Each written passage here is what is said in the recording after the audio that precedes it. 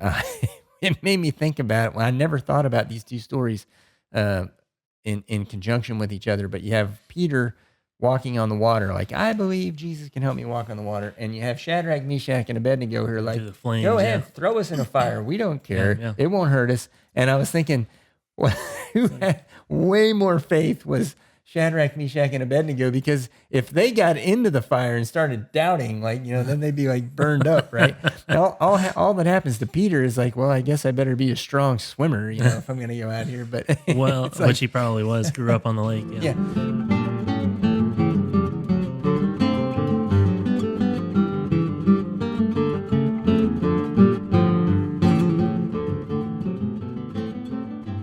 Welcome to Biblocus, where the Bible intersects with your life. I'm Timothy. And I'm Caleb. And you're listening to Bible Discussions, the forum where we explore biblical topics that are relevant to your life.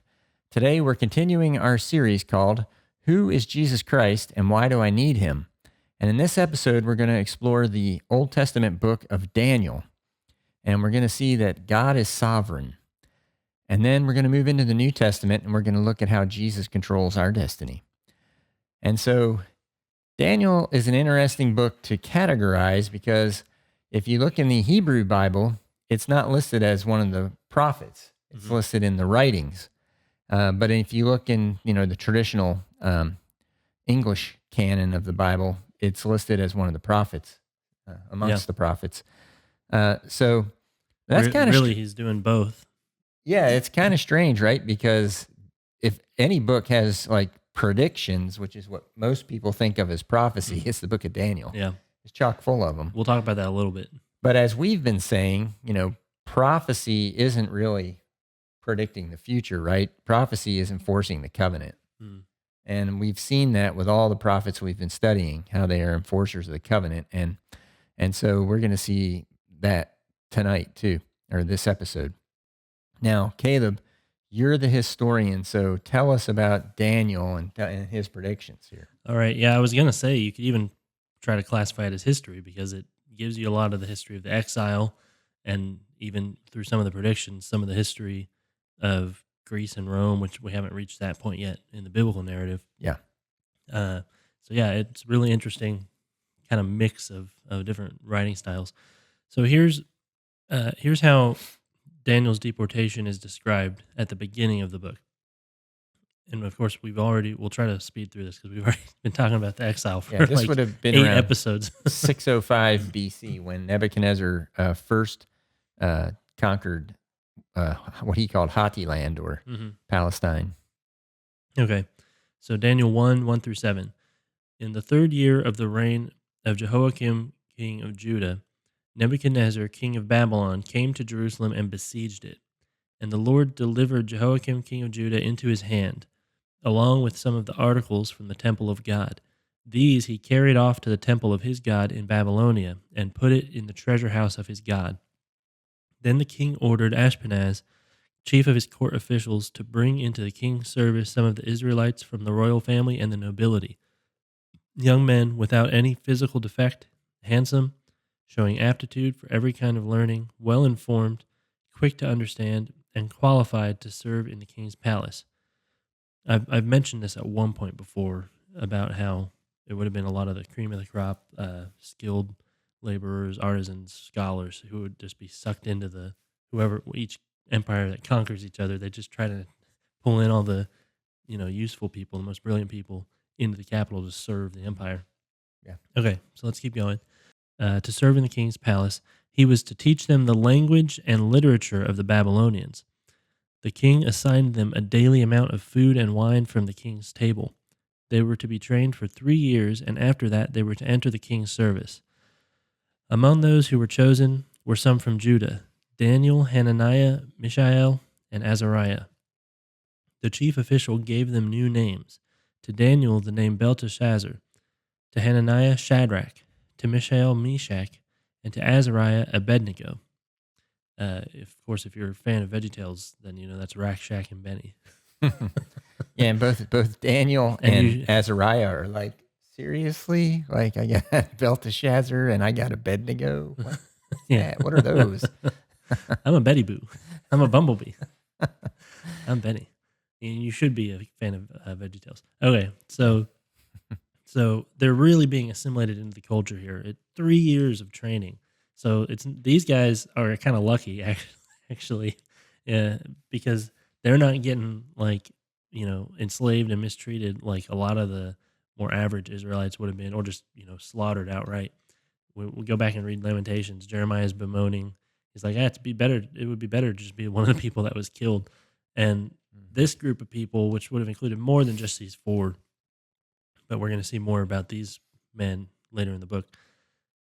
They're getting actually kind of royal treatment, at least in the physical things. Now, we're going to see that the whole point here is they're kind of trying to buy them into the system, because they know that these are talented men and they want them to serve Babylon, to serve Nebuchadnezzar, to serve his gods. So there is a mental challenge that's going on here, a spiritual challenge that they're going to have to come up against. But sounds pretty good. They get food from the king's table, they're kind of getting pampered. Yeah. So, as you said earlier, the main point of the book is not the predictions, even though it's got some of the most astounding future prophecies that we'll see. From the very beginning, it's about God's commandments. And we're going to see here the first crisis in Daniel, going back to the king's table there. These young men are expected to eat the king's food, but they know that this food is prepared in cultic practices and pagan rituals offered to the pagan gods. It's not clean by the standards of the Mosaic Law. Or it's not kosher. Yeah, literally. And even if it was, were to be taken through the technical processes of being kosher, it's still what it represents is the false gods of Babylon. So Daniel requests instead vegetables and water. He would have loved being a cool, dietary YouTuber in the 21st century. Yeah, vegetarian. And the guard doesn't want to give it to him. We're going to summarize a little bit of this and then read part of it. But the guard is like, "Well, I'll probably get killed if I don't give you the food." Yeah, because they're under orders. This is what they're supposed to be doing. They're going to notice that you guys are weak because you're eating all this food that you're asking for, and so then I'll get in big trouble. But as we'll see, it doesn't exactly resolve that way. After they say, "Well, how about if we do a test for 10 days, and then you see how we look, and do a trial period and see if it's better, the worse, or the same." Yeah. So in Daniel 1:15-17, it says, "At the end of the 10 days, they looked healthier and better nourished than any of the young men who ate the royal food. So the guard took away their choice food and the wine they were to drink and gave them vegetables instead."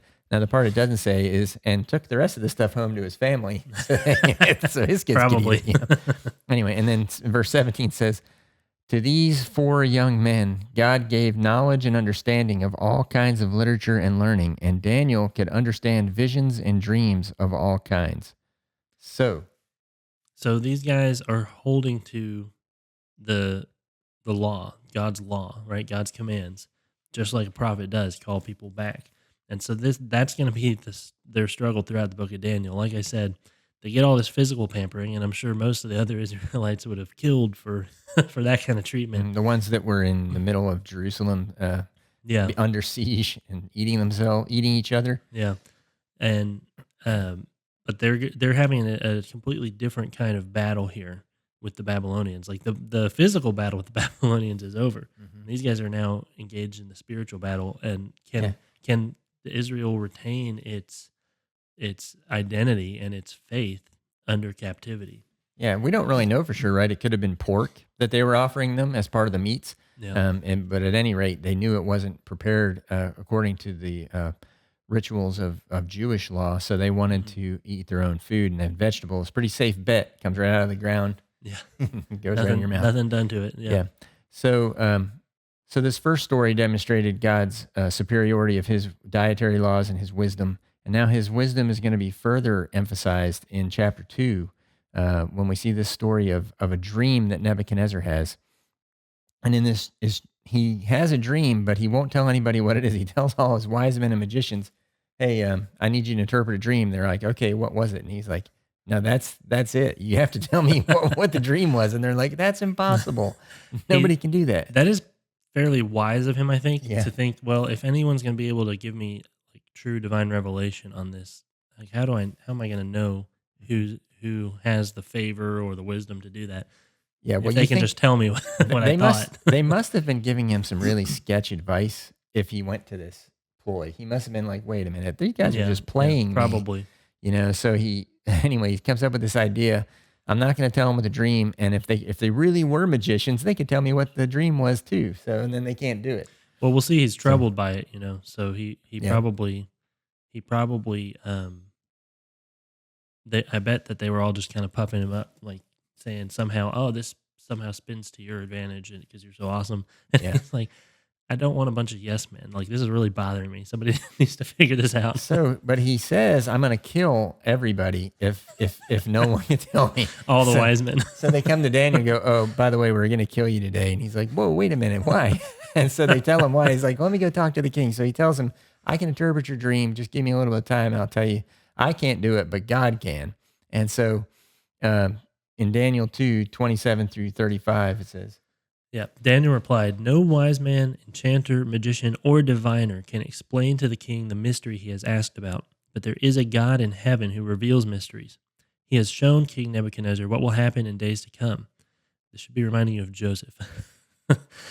Your dream and the visions that passed through your mind as you were lying in the bed are these. As your majesty was lying there, your mind turned to things to come, and the revealer of mysteries showed you what is going to happen.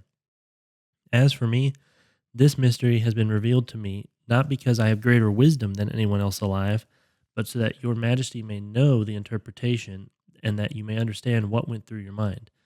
Your majesty looked, and there before you stood a large statue, an enormous, dazzling statue, awesome in appearance. The head of the statue was made of pure gold, its chest and arms of silver, its belly and thighs of bronze, its legs of iron, its feet partly of iron and partly of baked clay. While you were watching, a rock was cut out, but not by human hands. It struck the statue on its feet of iron and clay and smashed them. Then the iron, the clay, the bronze, the silver, and the gold were all broken to pieces and became like chaff on a threshing floor in the summer. The wind swept them away without leaving a trace. But the rock that struck the statue became a huge mountain and filled the whole earth. okay, so obviously you hear in this dream that it is a prediction of things that are going to happen, kingdoms that are going to rise and fall and so on. Yeah, and the rock, which is Christ in the church. Yeah. Yeah. And so Daniel, he goes on to give him an interpretation of all that too. But notice that all the magicians and diviners of the king and his gods had failed. So the main point of the dream is not that it predicts the future accurately or whatever. It's that only Daniel's God was able to succeed in knowing the king's dream and telling him what it meant. And he was able to do that to actually know the thoughts of the king and to also know the future. And both of those are two things that are impossible. Mm-hmm. And so it shows that God can do the impossible, right? But he has wisdom that other people don't have, that no one else has. And so that serves as a proof of the first of the 10 commandments. Yeah, have no other God before God. Yeah, that there should be no other God because he is the highest and wisest of all gods. Like Daniel said, all of the diviners and the magicians, the cultists of the king couldn't do this. Yeah. And he said, I can't even do it. And I'm the one who's about to tell you. And that's because Daniel is a true prophet of the type that we've been talking about, a covenant enforcer, right? He's saying, I'm attributing all the credit to the one true God. No man can do this. I can't even do it, but God alone. And he's attributing everything to him in the spirit of the first commandment, right? And the first two chapters of his book, right? He promotes the 10 Commandments. Mm-hmm. Yeah. So, yeah. So, like we said at the beginning, the main theme here is going to be God's sovereignty. And that's certainly, that's the point of the first commandment. Yeah. So, and chapters 1 and 2, there's like the overarching thing in Daniel is God's sovereignty. And then there's like these sub-themes that run through it in some of the books. So like in the first two chapters, it's that God's wisdom is greater than man's wisdom, right? His dietary laws are better. And also he can interpret dreams, and he can know things, your thoughts, that no other person, no other magician, no other supposed God could do. And so now we're going to start to develop a second sub theme in Daniel. Kind of already have. Even. Yeah, which is that God can do the impossible, right? We talked about it. It was impossible for anybody else to know somebody else's thoughts, but that's starting to develop. And then in this next story, right in chapter 3, it's really driven home. It's the story of the fiery furnace. And so, like, we'll summarize a little bit, but like Nebuchadnezzar had constructed this gigantic statue, right, which would be the second commandment. Yeah, I wonder about the order of events here. Like, he had a dream about a statue that was destroyed, and then he immediately made a giant statue. Yeah, I thought maybe he didn't quite get the point. I wonder if these are maybe more or less like happening at the same time, because Daniel's not in this story. It's the other three guys. Well, Nebuchadnezzar does develop a respect for Daniel's God, and he tells other people to always, give honor to him because he can do things nobody else can do in various stories. But he doesn't ever become a Jew, right? So he still he just thinks like Daniel's God is a great God among all these other gods he has, and so including the ones I make up, like this giant statue. And that's common for a polytheistic culture. You encounter another religion, you just add it to the list. Yeah. So he makes this giant statue, and then he orders everybody to worship it. And when the music starts to play, that's an obvious, like you said, that's an obvious problem with the command to make unto thyself no graven images. Yeah. So definitely knocking on another of the 10 commandments here. And so Daniel's friends, they refuse, like Shadrach, Meshach, and Abednego, right? They refuse to bow down to the statue. And even to the king's face, because they tell him, hey, they're not doing it. He says, bring him here.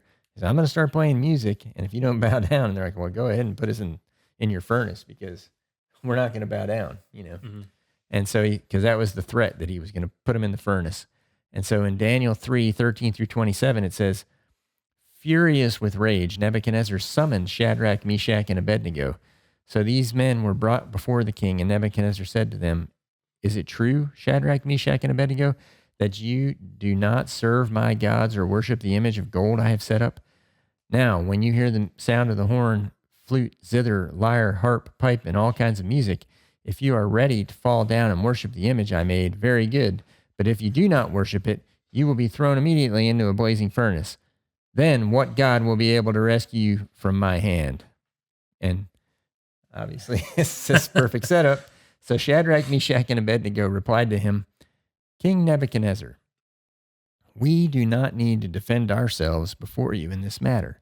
If we are thrown into the blazing furnace, the God we serve is able to deliver us from it, and he will deliver us from your majesty's hand.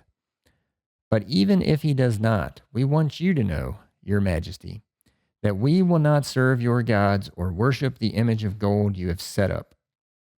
Then Nebuchadnezzar was furious with Shadrach, Meshach, and Abednego, and his attitude toward them changed. He ordered the furnace heated 7 times hotter than usual, and commanded some of the strongest soldiers in his army to tie up Shadrach, Meshach, and Abednego and throw them into the blazing furnace. So these men, wearing their robes, trousers, turbans, and other clothes, were bound and thrown into the blazing furnace.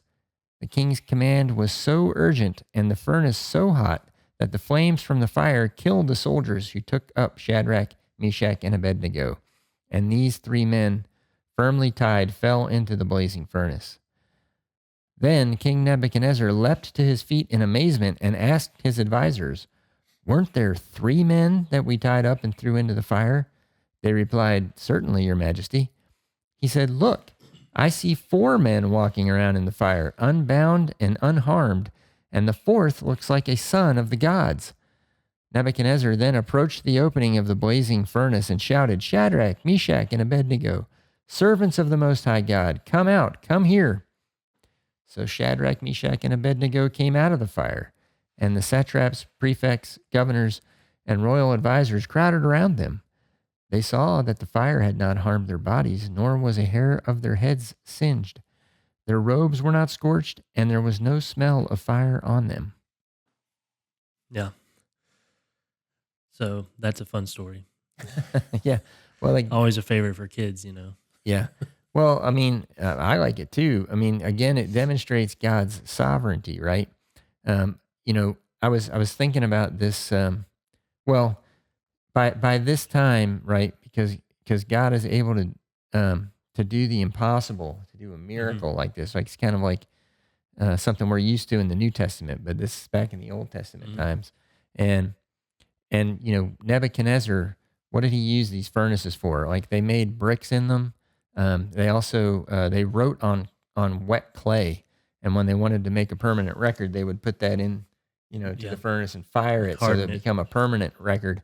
And so Yeah, so it's either used for that or for making like bricks for buildings. yes, and when And when Nebuchadnezzar we knew they had these giant ziggurat monuments. yes, and Nebuchadnezzar, he made his bricks with his name on them, Hmm. and we know that because that we've discovered, so many of them, like from the Ishtar Gate and whatnot. You go to the British Museum and see the whole gate has been moved there and reconstructed indoors. And actually, I think it was Saddam Hussein when he was in charge of Iraq, um, since they had taken the entire Ishtar Gate of Babylon to the Royal Museum in London. Um, he made his own, and he made his own new bricks, and he put his name on them instead of Nebuchadnezzar, as I understand it. So, What a but good faithful Muslim he was to recreate a pagan structure. but the point is that all these things had writing on them, and many of them did, and so um, Nebuchadnezzar, remember, is named after the god Nabu, the god of writing, in the Babylonian panoply of the gods there. Um, So this is kind of a display of God's superiority over Nabu, right? Like Hmm. this oven that's used to save writing and whatnot is not able to be able hot enough to kill God's people. So Hmm. Yeah, and that's, I think you brought that up before, the Nabu name. yeah, we talked Yeah, about it in a some couple of weeks ago. the Hmm. Jeremiah's prophecies, I think, Hmm. or Isaiah. So we've got another similar story, right? Although at this point it'll shift over to Persia because Daniel gets taken to Babylon, and then Babylon gets conquered by Persia, Hmm. and we're gonna skip a couple of stories about some of the transition there, but you can read about that, like the writing on the wall, and the downfall Hmm. of the next Babylonian king. So we have talked about Persian law before. I've mentioned how that worked, where when the king issued an official decree, it couldn't be repealed, and so they would often build in like an expiration date or something, or an escape clause, something Hmm. like that, so they could undo stuff. So Daniel comes, and we've already seen how knowledgeable and how talented and how faithful and blessed he is, uh, and all of the Persian king's officials immediately become jealous of him because he becomes the king's favorite. And some of the similar things happen, where he's able to predict things and help the king. So the jealous officials trick the king into making a law that no one should pray to anyone but him, the king. And since he puts this into law, it's it's set in stone, right? Like nobody can change that, at least for a time. They put it they and this was for a period of so many days that they made this rule because they needed it to expire. So Daniel, of course, ignores that because he has to pray to God alone. So in Daniel 6, verses 13 through 24, here's another famous story, another especially for kids, love the lion's den. Then they said to the king, Daniel, who is one of the exiles from Judah, pays no attention to you, your majesty, or to the decree you put in writing. He still prays 3 times a day to his own God, of course.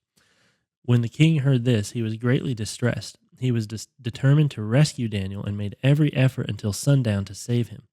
Then the men went as a group to King Darius and said to him, Remember, your majesty, that according to the law of the Medes and Persians, no decree or edict that the king issues can be changed. So the king gave the order, and they brought Daniel and threw him into the lion's den. The king said to Daniel, May your God, whom you serve continually, rescue you. A stone was brought and placed over the mouth of the den, and the king sealed it with his own signet ring and with the rings of his nobles, so that Daniel's situation might not be changed. Then the king returned to his palace and spent the night without eating and without any entertainment being brought to him, and he could not sleep. At the first light of dawn, the king got up and hurried to the lion's den. When he came near the den, he called to Daniel in an anguished voice, Daniel, servant of the living God, Has your God, whom you serve continually, been able to rescue you from the lions?" Daniel answered, "May the king live forever. My God sent his angel, and he shut the mouths of the lions. They have not hurt me, because I was found innocent in his sight. Nor have I ever done any wrong before you, your majesty." The king was overjoyed and gave orders to lift Daniel out of the den. And when Daniel was lifted from the den, no wound was found on him, because he had trusted in his God.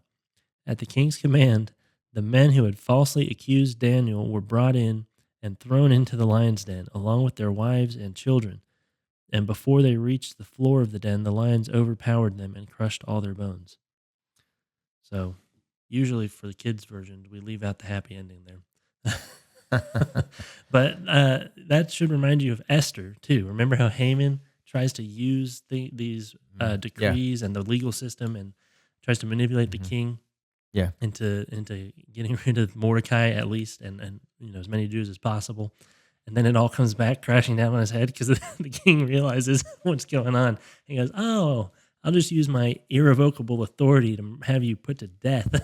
And it's like, no way out of that one. Yeah.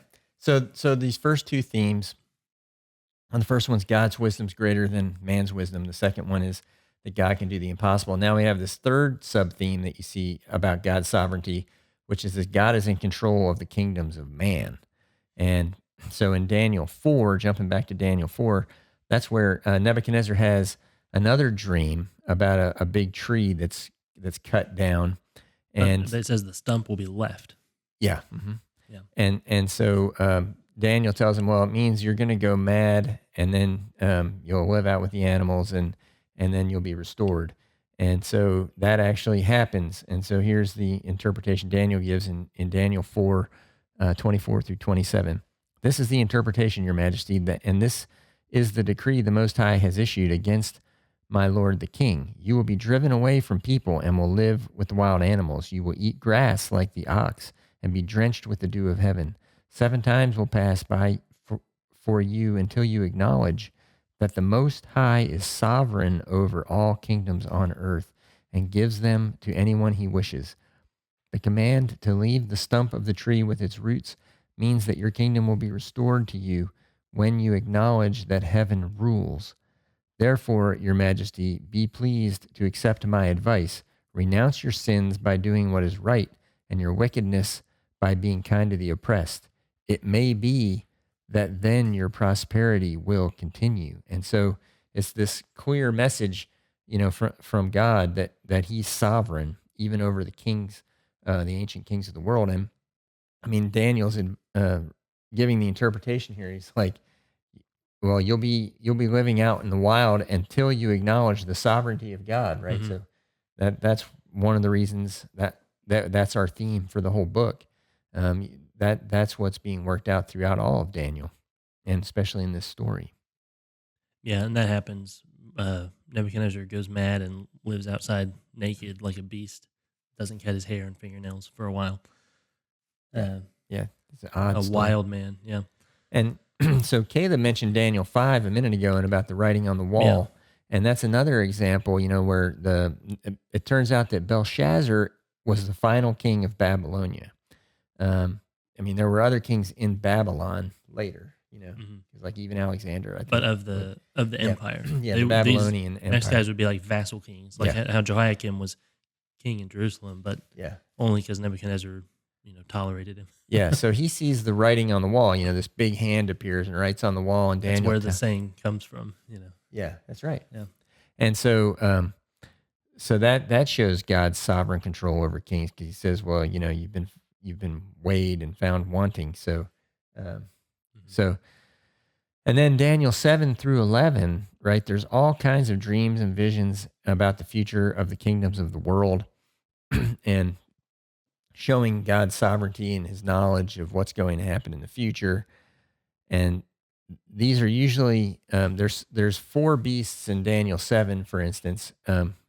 And those 4 beasts are usually considered like 4 kingdoms of Babylon, Medo-Persian Empire, Greece, and Rome. Same thing with the statue too. Yeah, that's right. That Nebuchadnezzar saw, the different parts, the different precious metals and things are these different Yes. empires. We don't want to spend too much time breaking all Right. this down.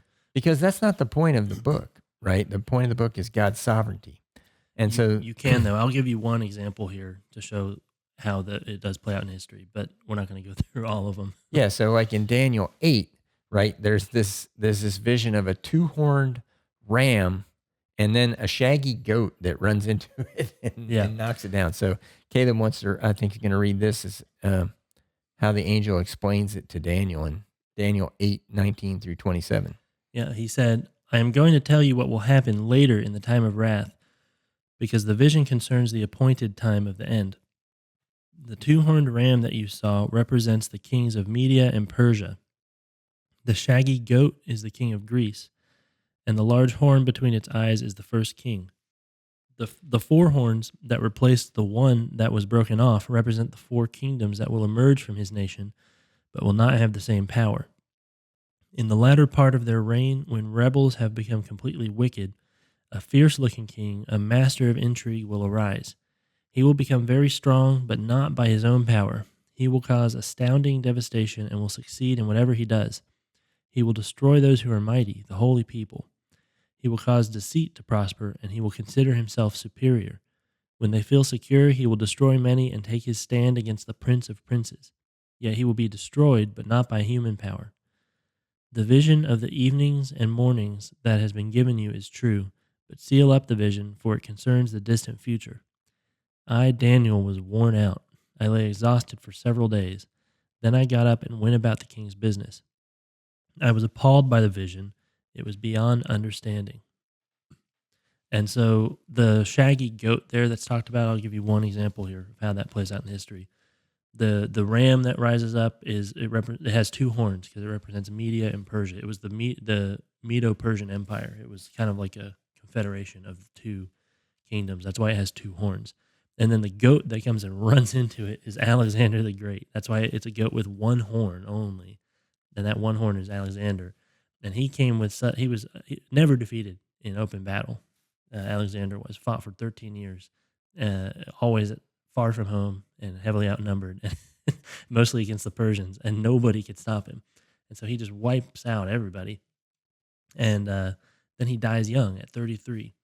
He got sick on a campaign and died. And I think he was in Babylon, wasn't he, when he got sick? I don't remember exactly where he was. Yeah. I would have guessed in Persia.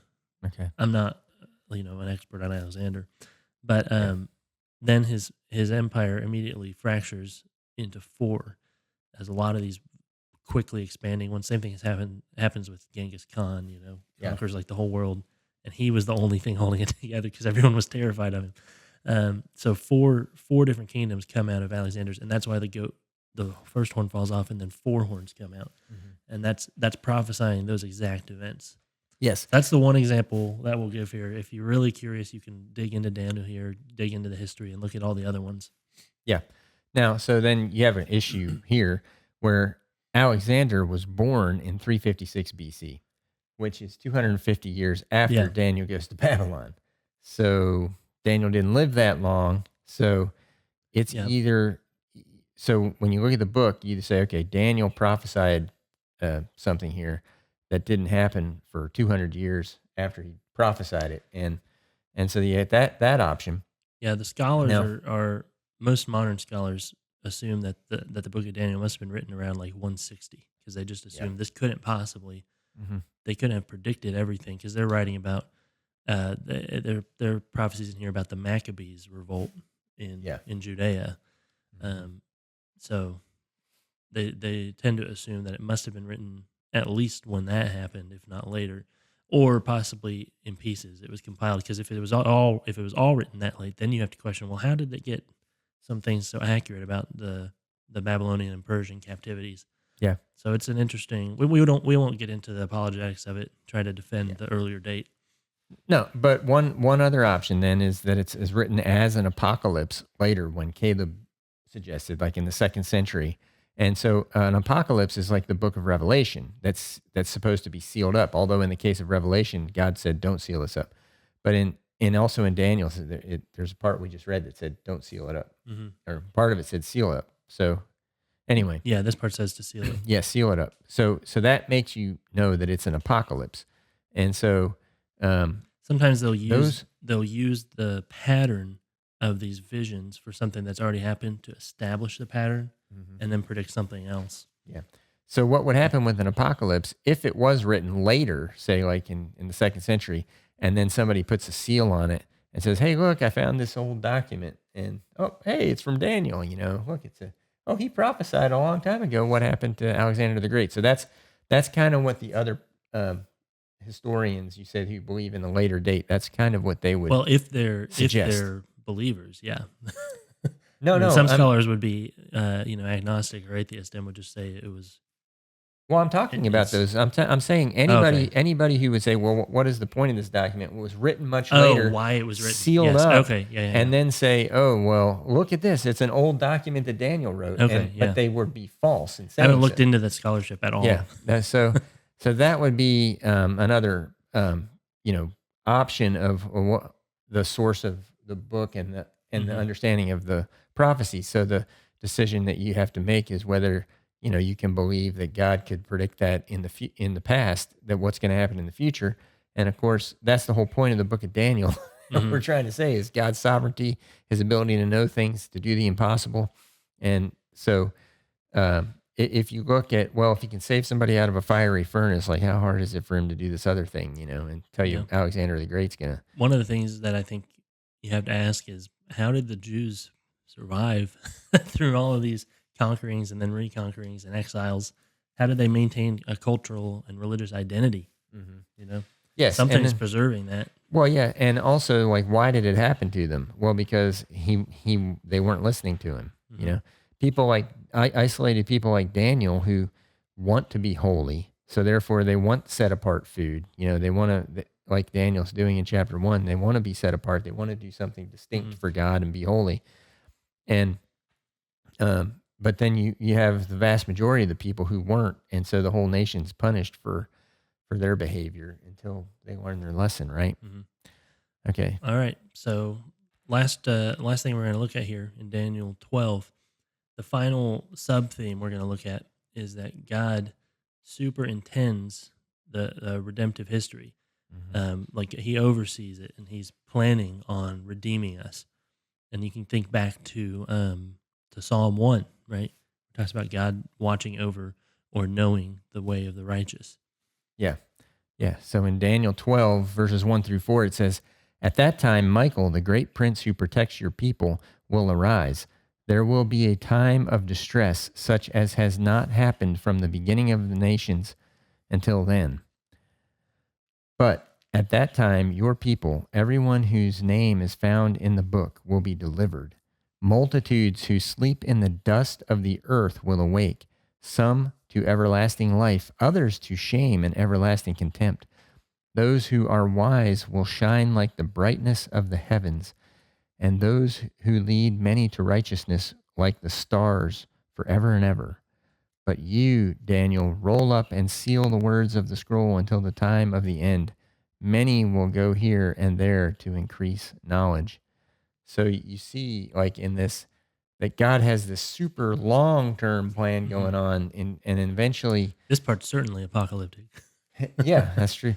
And so you see there that even people who were holy people but ended up dying, they're going to be brought back up out of the dust and raised up to glory, right? Hmm. So this idea of resurrection that we know from the New Testament so well.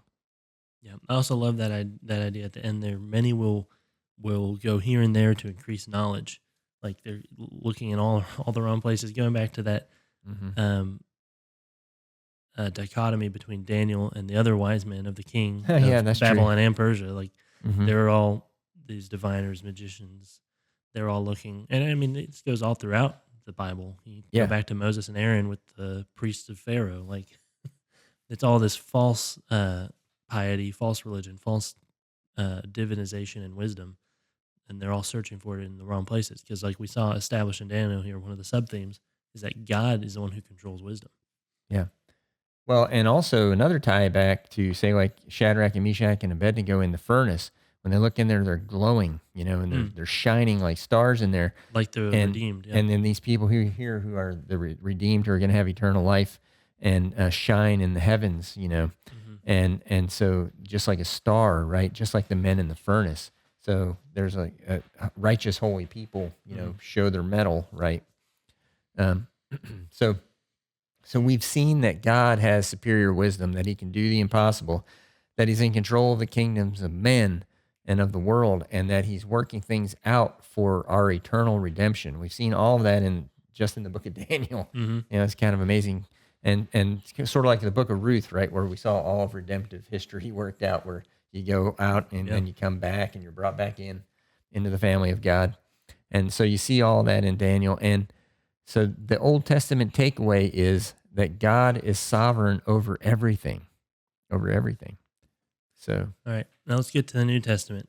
See if we can find any hints of that theme there. yeah, I think because remember the title of our series is "Who is Jesus Christ and Why Do I Need Him?" And of course, Jesus is in the New Testament. But we go back, we look at each Old Testament book, and we're finding the main themes like this, where God is sovereign. Then we go into the New Testament and say, well, how did Jesus teach that, since it's in the Old Testament and that was His Bible and that's what He called us to as a covenant enforcer Himself, as a Hmm. prophet? How does He call us to recognize God as sovereign? And I think, well, we'll see in quite a few ways. Yeah. So the first place we're going to start, keeping in mind that calling back to the covenant, back to the commands. And we saw what happened in the beginning of Daniel there with Daniel, with Shadrach, Meshach, and Abednego, the challenges and temptations that they had and threats. We're going to look at the temptation of Jesus in the wilderness. So this is Matthew 4, 1 through 11. Then Jesus was led by the Spirit into the wilderness to be tempted by the devil. After fasting 40 days and 40 nights, he was hungry. I can imagine. The tempter came to him and said, "If you are the Son of God, tell these stones to become bread." Jesus answered, "It is written, man shall not live on bread alone, but on every word that comes from the mouth of God." Then the devil took him to the holy city and had him stand on the highest point of the temple. "If you are the Son of God," he said, "throw yourself down, for it is written, He will command His angels concerning you, and they will lift you up in their hands, so that you will not strike your foot against a stone." Jesus answered him, "It is also written, Do not put the Lord your God to the test." Again, the devil took him to a very high mountain and showed him all the kingdoms of the world and their splendor. "All this I will give you," he said, "if you will bow down and worship me." Jesus said to him, "Away from me, Satan, for it is written, Worship the Lord your God and serve Him only." Then the devil left him, and angels came and attended him. So, when I was reading through our passages in Daniel, there, I was struck at each one of the challenges faced by Daniel and his friends. Each one reminded me of Christ's temptation. So first with the food, right? They're supposed to eat this unclean food, and they don't want to eat it, right? God's food is better. God's dietary command is better. And I thought of Jesus saying, "I have food to eat that you know nothing about." And I thought of Him saying, man does not live by bread alone, but by Mm-hmm. every word from God, Yeah. which ultimately is the word, the covenant. And then the next thing the devil says is, "Well, throw yourself down, and God's going to miraculously save you." And it's like Nebuchadnezzar with the three men in the furnace. Like, he's challenging them, saying, "If you don't do this, I'm going to throw you in there, and then we'll see who could possibly save you." Mm-hmm. And they're like, "That's okay. God can save us." They don't say He will. They don't put Him to the test. They just say He can save us. But if He doesn't, that's fine. But Nebuchadnezzar is willing to test it. Yeah. So, Mm-hmm. and it's the exact same thing here. And then the devil says, "Well, bow down and worship me, and I'll give up the world." Right? The devil's the prince of this world, and he's basically giving Jesus. He's saying, "Yeah, I'll quit. You can have it, but you have to bow down to me." And that's what Daniel was tempted with there, to pray to the king of Persia instead of to God. It's like the same exact pattern: the food, the false or like miraculous signs and miraculous saving from danger by testing God, and then the false worship of Mm-hmm. someone other than God. And Yeah. Jesus comes and conquers all of them. He completely obliterates Satan by quoting Deuteronomy all 3 times. He quotes Deuteronomy, the second giving of the law, Yep. calls back to the covenant there. Yeah, he makes himself the covenant enforcer, and Yeah. he even ends it like oh no, it's only God, and put him first, right? Serve him only. So yeah, he goes right back to the beginning of the 10 Commandments, and so then the devil leaves him, and so Jesus shows his mettle, just like shines like we saw the other righteous people, shows his mettle as a covenant enforcer there at the beginning of his ministry. And talking about sovereignty, I mean, he asserts sovereignty over the kings of the world and even over the devil. That's right. So there's nothing that he can't. Yeah, the king of this world. Yeah. Yeah.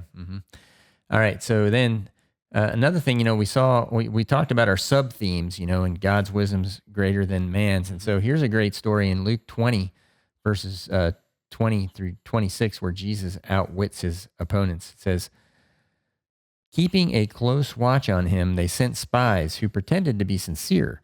They hoped to catch Jesus in something he said, so that they might hand him over to the power and authority of the governor.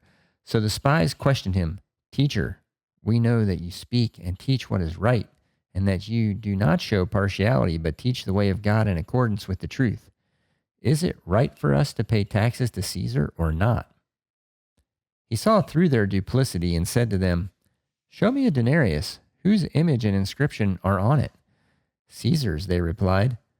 He said to them, "Then give back to Caesar what is Caesar's, and to God what is God's." They were unable to trap him in what he had said to them in public, and astonished by his answer, they became silent. That's like a Solomon level answer, Yeah. when the two women come arguing over the child. Well, it's also exactly the same as the Daniel situation too. You got a king who's made an image, and he wants everybody to use it. And Jesus is like, well, I mean, if the king wants you to, play games with his image, give it. If you guys want to worship the king's image on those coins, do whatever you want with them. And they're just like who do you really think is king here, God or Caesar? It's like if you want to use the king's money, then you better be willing to give it back to him. And he says, and if Yeah. it's I didn't think about it from that way, because all the teachers of the law were well off. Yeah, They were generously clinking the coins in coffers. Yeah, he's I'm like, sure. well, you don't have a problem with using Caesar's money when you're buying all fancy stuff for yourself. Yeah, I'm sure when he said, "Hey, somebody show me," like everybody was trying to beat everybody else. Oh, I got a bunch of them, Yeah. Yeah, he's like, "Oh, it seems like you all have all that money from Caesar. What about God?" So anyway, so he shows the juxtaposition between who should have the priority in your life, God or Caesar. I Right? never thought about it from that. Yeah. Probably in front of all these poor people in town. Yeah. He's like, well, you guys certainly have a bunch of money on you. All right, so then the other theme we said is God could do the impossible, like healing or saving people out of the furnace and that kind of thing. So here's an interesting story that ties in Matthew 14:22 through 33. Immediately, Jesus made the disciples get into the boat and go ahead of him to the other side while he dismissed the crowd. After he had dismissed them, he went up on a mountainside by himself to pray. Later that night, he was there alone, and the boat was already a considerable distance from land, buffeted by the waves because the wind was against it. Shortly before dawn, Jesus went out to them, walking on the lake. When the disciples saw him walking on the lake, they were terrified. "It's a ghost," they said, and cried out in fear. But Jesus immediately said to them, "Take courage. It is I. Don't be afraid." "Lord, if it's you," Peter replied, "tell me to come to you on the water." "Come," he said. Then Peter got down out of the boat, walked on the water, and came toward Jesus. But when he saw the wind, he was afraid, and beginning to sink, cried out, "Lord, save me." Immediately Jesus reached out his hand and caught him. "You of little faith," he said, "why did you doubt?" And when they climbed into the boat, the wind died down. Then those who were in the boat worshipped him, saying, "Truly you are the Son of God." I always am fascinated by Peter's action there. Everyone else is like, "It's a ghost." And Peter's like, if it's you, then tell me to step on the water. And it's like, Yeah. and no one else in the history of the planet would have said that except for Peter. Because what else does Peter say, right? Like in John 6, right? after the whole bread of life discourse and everyone goes away, Jesus turns to the apostles and says, "Are you going to leave too?" And Peter says, "Where else would we go? You alone have the words of eternal life." He trusts in God's word, and he knows that if Jesus says, "You walk on the water to me," then he's going to be able to walk on water. And I think it is faith. I mean, he has the greatest faith, and it's still not enough because Jesus calls him one of little faith. Also, I can see him just thinking, "Hey, if he says it, then I'll be able to be the only other person that ever walked on the water." Well, I think it's really a fascinating story, and you see, like Jesus in control of physical matter, right? He's able to walk on water. You see him in control of the weather, and he's able to just stop the wind and everything. And like when he stills the storm in another passage.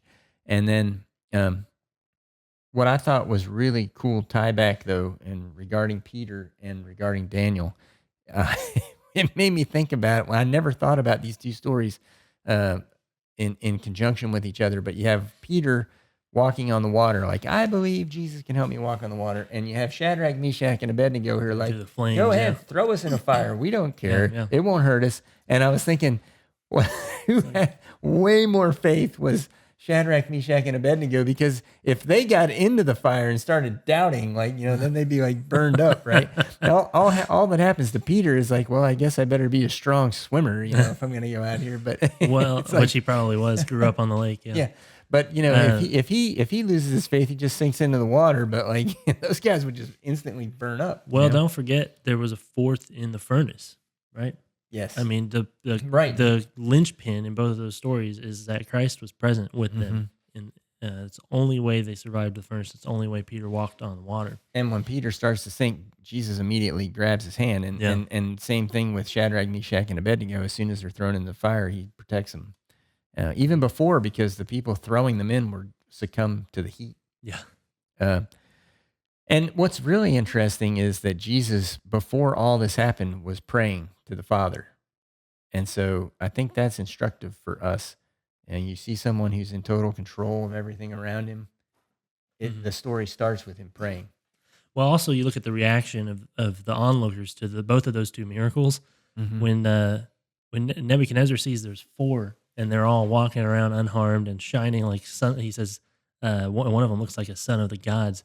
Suddenly, a minute ago, he was furious with them, and now he's like, Shadrach, Meshach, Abednego, servants of the Most High God, you can come out now. And then when Jesus and Peter get back in the boat, the apostles bow down and worship him. Like the response there is, I think, also should teach us something. Let's jump into this, because this next story is two parts. We broke it up, and it's kind of long, but it shows how Jesus is in control of the kingdoms of man, but that Pontius Pilate not so much. So John 18 verses 28 through 40 say, then the Jewish leaders took Jesus from Caiaphas to the palace of the Roman governor. By now it was early morning, and to avoid ceremonial uncleanness, they did not enter the palace because they wanted to be able to eat the Passover. So Pilate came out to them and asked, what charges are you bringing against this man? If he were not a criminal, they replied, we would not have handed him over to you. It's political season right now. Does that remind you of asking, like, me and my brothers, like, hey, what happened? And when we clearly did something wrong, and we're like, we're just sitting here. Yeah. What happened? What were you doing 30 seconds ago? The explosion sound I just heard. But yeah, it's like it's a political season right now, presidential election. This is like the kind of answers you get, on interviews. But anyway, so, all right. So then they say that, and Pilate says, take him yourselves and judge him by your own law. It's like, I don't have time for this. and they say, but we have no right to execute anyone, they objected. This took place to fulfill what Jesus had said about the kind of death he was going to die. So see, Jesus is in charge of this whole thing as it's going on. Pilate then went back inside the palace, summoned Jesus, and asked him, are you the king of the Jews? Is that your own idea, Jesus asked, or did others talk to you about me? Am I a Jew? Pilate replied. Your own people and chief priests handed you over to me. What is it you have done? Jesus said, my kingdom is not of this world. If it were, my servants would fight to prevent my arrest by the Jewish leaders. But now my kingdom is from another place. You are a king, then, said Pilate. Jesus answered, You say that I am a king. In fact, the reason I was born and came into the world is to testify to the truth. Everyone on the side of the truth listens to me. What is truth? Retorted Pilate. With this, he went out again to the Jews gathered there and said, I find no basis for a charge against him. But it is your custom for me to release to you one prisoner at the time of the Passover. Do you want me to release the king of the Jews? They shouted back, No, not him. Give us Barabbas. Now Barabbas had taken part in an uprising.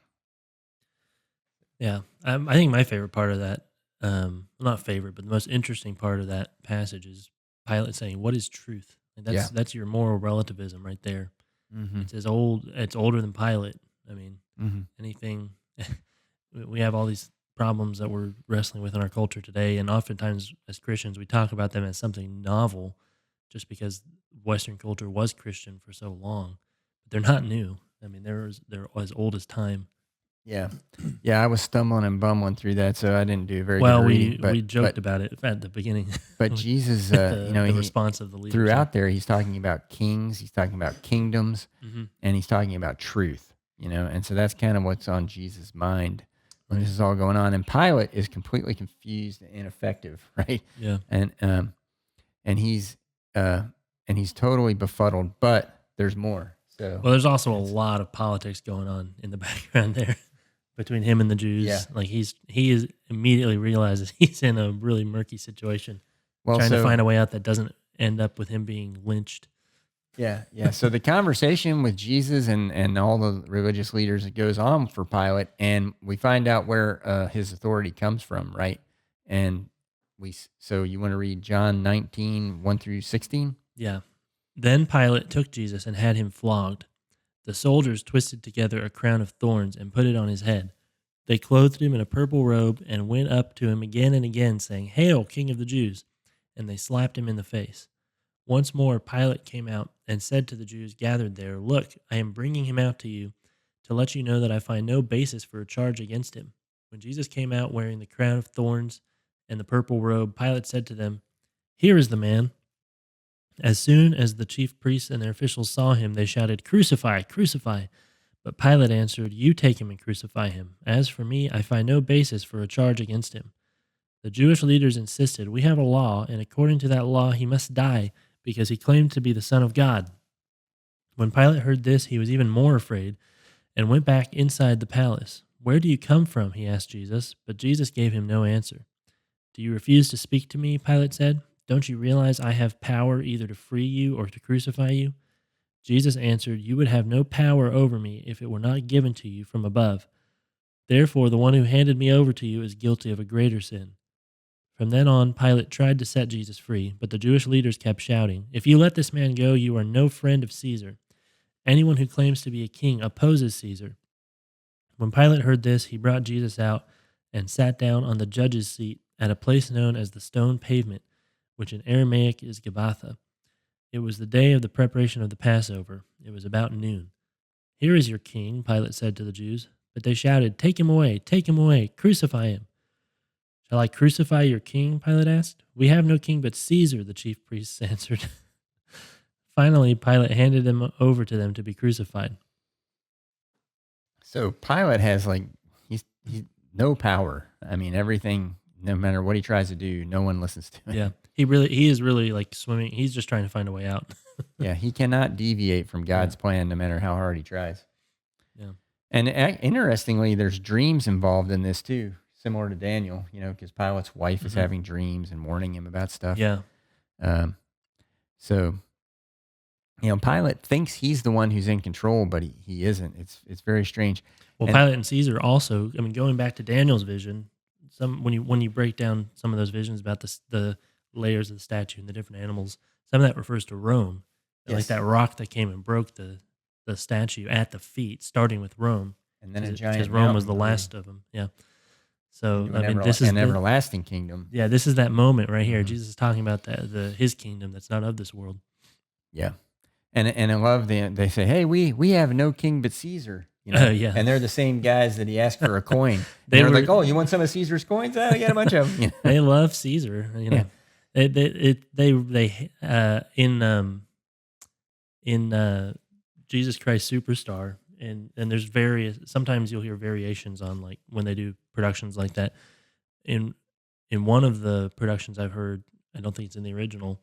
When it's going through the trial here, and Pilate is is saying, "What do you mean you'd crucify your king?" And they say, "We have no king but Caesar." And he says, "You hypocrites! You hate us more than him," which is not true. They hate Jesus more. They hate Caesar. They hate Rome more than anything in the world except for Jesus. It's interesting because we've been saying, right, that a prophet is what? Calling back to the covenant. Yeah, covenant enforcer, right? Yeah. And so the one time that they decide to appeal to their law here is when they're trying to find a charge against Jesus. And in verse 7 and 19 verse Yeah. 7, they said, we have a law, and according to that law, he must die because he claimed to be the Son of God. And so Yeah. now all of a sudden, they're like, oh, we're going to be the covenant enforcers. All of a sudden, the covenant means a whole lot to us, Yeah. But here they are with all their coins of Caesar and all Something this. I No, read- we have no king but Caesar. But at the same time, they're saying Jesus has to die because he doesn't believe Yeah. in God. Yeah, they just said no king but Caesar. That's true. They Mhm. just violated the Yeah. first commandment right there. Yes. Oh yeah, I read something earlier today. This was not. I'm not going to bring the whole thing up because it was really not relevant. But the way it ended was talking about the gospel, saying and it emphasized teaching the gospel, and that the gospel is always welcome to those who love God, but it's hated by those who don't want to accept it. Those who want to cling to this world, cling to their wealth, cling to their power. Which is exactly what the chief priests are doing here. Mm-hmm. Yeah, they cannot accept it because they will not. They would rather hold on to everything that's passing away. And Jesus introduced this big idea, right, where he said, my kingdom's not of this world. He brings up Mhm. this whole idea of redemptive history. Yeah, Because why are we here? What are we doing here? What happens? Why do I live for a few years and then die? Like Solomon's question that we looked at back in Ecclesiastes. And Jesus is, and Daniel, of course, said, oh, well, the people come out of the dust and they'll come up and they'll shine like stars in heaven, and then Jesus is saying, well, my kingdom's not of this world. And, so his true believers, his true followers will not also have to be bound to this world, right? They'll go into his kingdom with him. yeah. And so- That's what we're made for. We're not made to die. Death is unnatural. Yeah. A lot of people say death is a natural part of life or whatever. That's not true. We were made by God to live forever with Him. Yeah. And it's from our own failure at that death came into the world. Well, so let's look at Revelation 20, verses 11 through 15, and this whole idea of God superintending redemptive history. It says, then I saw a great white throne and him who was seated on it. The earth and the heavens fled from his presence, and there was no place for them. And I saw the dead, great and small, standing before the throne, and books were opened. Another book was opened, which is the book of life. The dead were judged according to what they had done, as recorded in the books. The sea gave up the dead that were in it, and death and Hades gave up the dead that were in them. And each person was judged according to what they had done. Then death and Hades were thrown into the lake of fire. The lake of fire is the second death. Anyone whose name was not found written in the book of life was thrown into the lake of fire. Yeah. So there we see we're just talking about death. Solomon couldn't figure out, what there's no hope because we die. We were talking about death being unnatural. And here in the end, God's going to conquer even death. He's asserted his authority over the kingdoms of the world, over the devil, over even death itself. Mm-hmm. Yeah. Yeah, God's in charge of this life and beyond, right? He's this final judgment, God's in charge. And he's in charge of all the kingdoms of this life and this world, and who runs them and who has authority like Pilate or who doesn't like Pilate. Yeah. So, and we see the resurrection of the dead here. Like Caleb was talking about, we're not meant to die. That's this second death, that's discussed here is what is truly death. For a total annihilation, I guess it appears, after the judgment. And so, but God's in control of that judgment. And so, like we've always encouraged people, get to know God while you're here, because heaven comes with God, and you're going to spend a lot of time with Him. Learn to love Him now, because the definition of heaven is to be with God. So we've seen the book of Daniel, we've seen the New Testament, we've seen that Jesus' wisdom is greater than man's, right? We've seen that Jesus can do the impossible. We've seen that Jesus is in control of kings and kingdoms. We've seen that Jesus provides redemption and judgment at the end of this world. Yeah. So we saw God do all those things in the Old Testament. So I think a syllogism here would be that Jesus is God, right? Yeah. So, so we see them doing the same things. The New Testament takeaway, Jesus is in control of our destiny. Yeah. Great news. Good news. That's the good news. Yeah. Give Jesus control of your life, right? Instead of, that's the thing about Jesus being in control. He's not like a crazy lunatic like Pilate, who's like all Nebuchadnezzar. about power, or Nebuchadnezzar, like bow down to my statue because I told you to. It's more of like, okay, I'm in charge, and I want you to want to put your life in my hands, but I'm not going to make you. And so you need to place your life in His hands. You need to give Jesus control of your life. So, yep. All right. A good place to end it. Yeah. Well, he's Caleb and I'm Timothy, and thank you for listening to Bible discussions on Biblocus, where the Bible intersects with your life. Please consider subscribing to our channel and helping support our efforts here. All scripture quotations, unless otherwise indicated, are taken from the Holy Bible, New International Version, NIV, copyright by Biblica Inc., used by permission of Zondervan, all rights reserved. This program is copyright 2024 by Timothy Klingerman. God bless all of you.